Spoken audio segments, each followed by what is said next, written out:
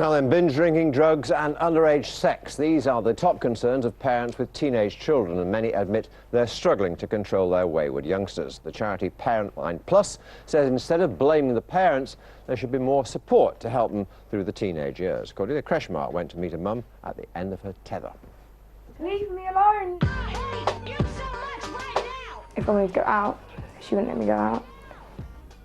If I just wanted to be left alone, she'd come and nag me. I find it very difficult to find any common ground, to know how to talk to her and how to rebuild that relationship.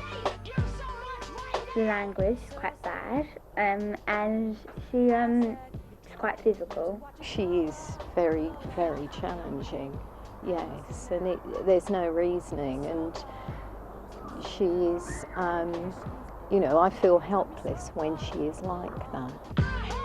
There's a lot of criticism in the press about teenagers and how they're out of control now, and immediately the parents are blamed, whereas the parents I've encountered, we're all trying to cope, you know, in the best way we can.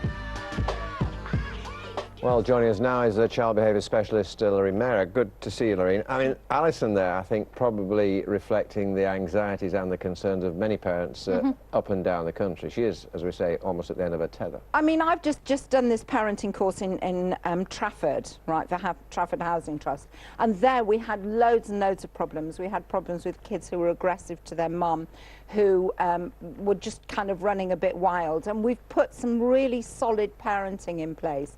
And parents are now talking to the children. They feel back in charge.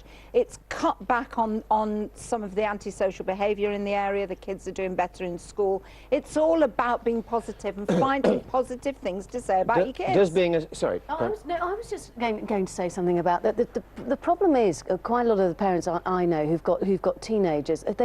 They're trying to discipline 16-year-olds who are 6'2" and who are aggressive. How on earth can you actually? You can't ground somebody who's that big, if you like. I totally agree with you, and I think that you have to choose your battles. You cannot say to a 6'2", that's it, you're grounded, because you just look ridiculous.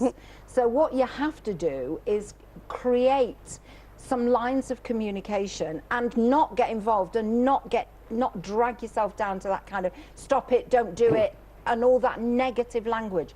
Kids will pull you in, right? They will pull you in to, can I go out? Classic example, can I go out? No. Why can't I go out? Because I just said so. Well, I mean, that's stupid language, isn't it? Why can't I go out? Let's do it differently. Why can't I go out? Have you done your homework? Yeah. Okay. What time do you want to go out? Such and such. Have you done this, this, this, and this? Great. So we're creating some very clear, some clear boundaries, not negotiate. I don't do negotiation. I've forgotten.